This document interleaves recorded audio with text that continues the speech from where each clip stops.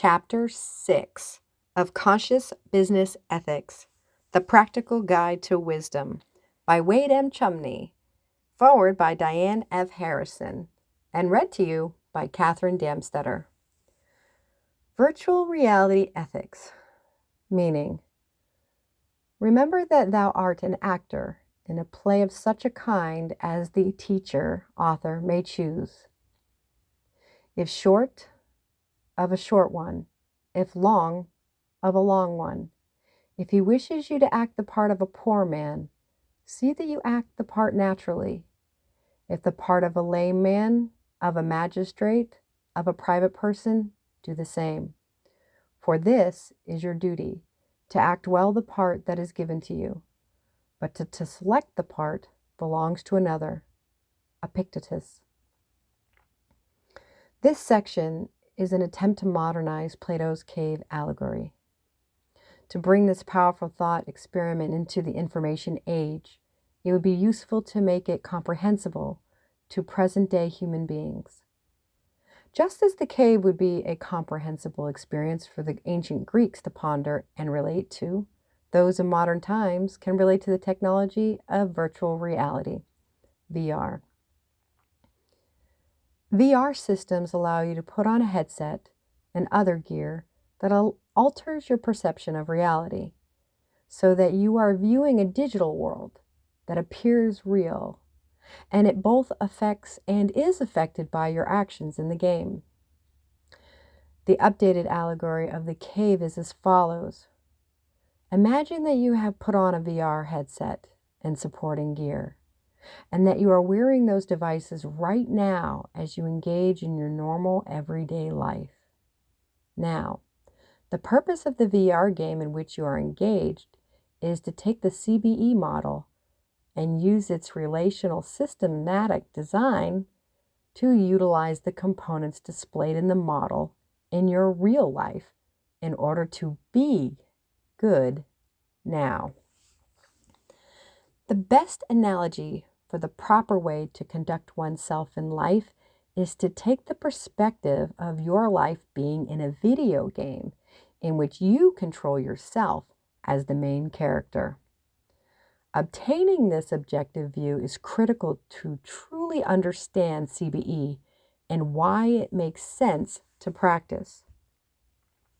This allows for a reflective experience, so that one is able to self-reflect and think through how one chooses to proceed and see oneself within the proper, infinite context.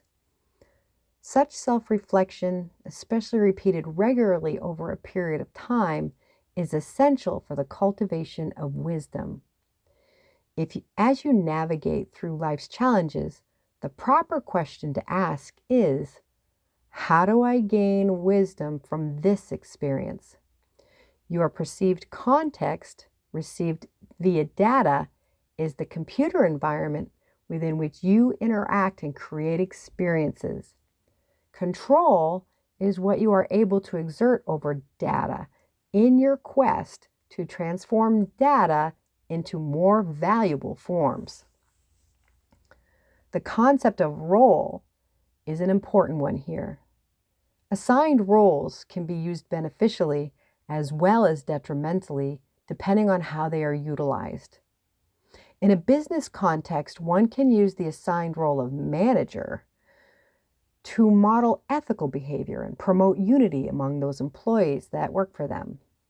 Alternatively, one could use the managerial role to model unethical behavior and generate dissension within the organization.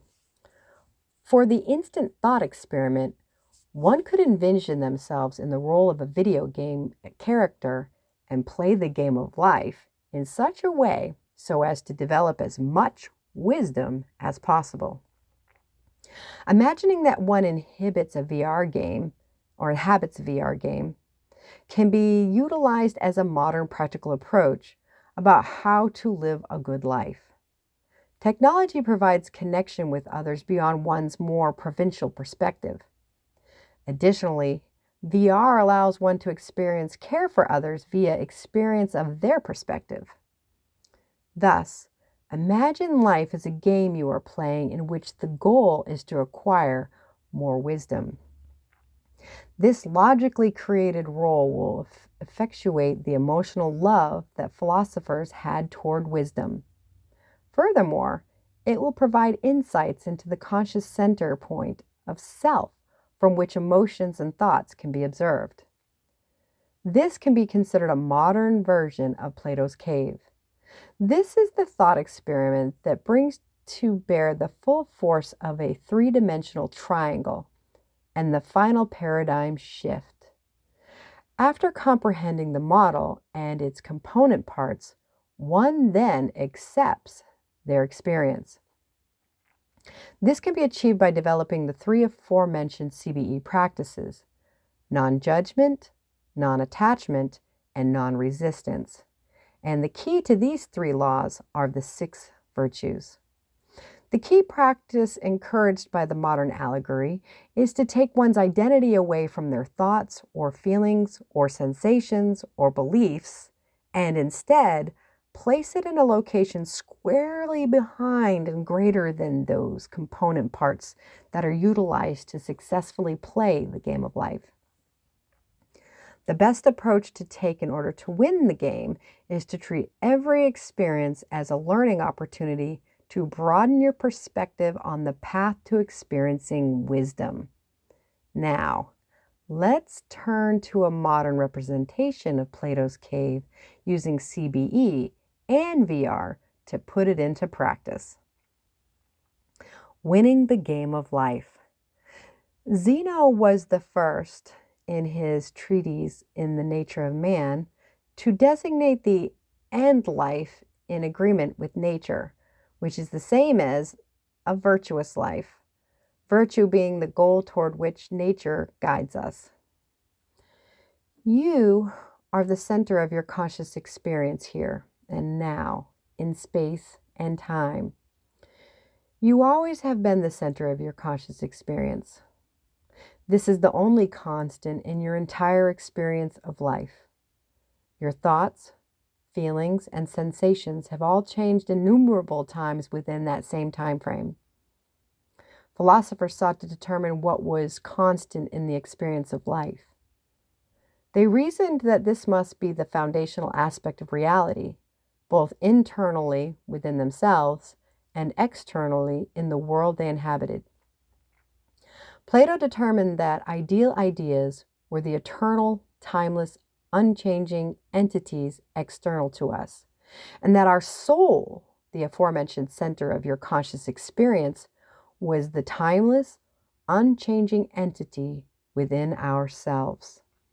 He reasoned that one should educate themselves on how to connect with the ideal idea of what it means to be a human being. Connecting our eternal soul to eternal ideal ideas was the purpose of philosophy, the love of wisdom. Love was the emotional feeling that motivated one to focus their mind toward the intention of experiencing these ideal ideas via intuition, the most ideal of which was the good. What one learned via the nature of their education on how to be an ideal human being was that practicing the virtues was the most efficient way to progress toward that intention. The philosophers initially posited only 4 cardinal because all other ideal human practices hinge on these virtues: wisdom, courage, moderation, and justice. Modern science in the form of psychology adds 2 more virtues: humanity and transcendence. The habitual practice of these virtues allows one to overcome aspects of the body with the reasoning mind and then go beyond to the emotional heart. 3 concepts can be utilized to illustrate the relationship that exists in our conscious experience: perceiver, perception, and perceived. The perceiver can best be understood as one's perspective, their viewpoint, their point of view, or how they understand their conscious experience. This is the reference point from which one engages their external world.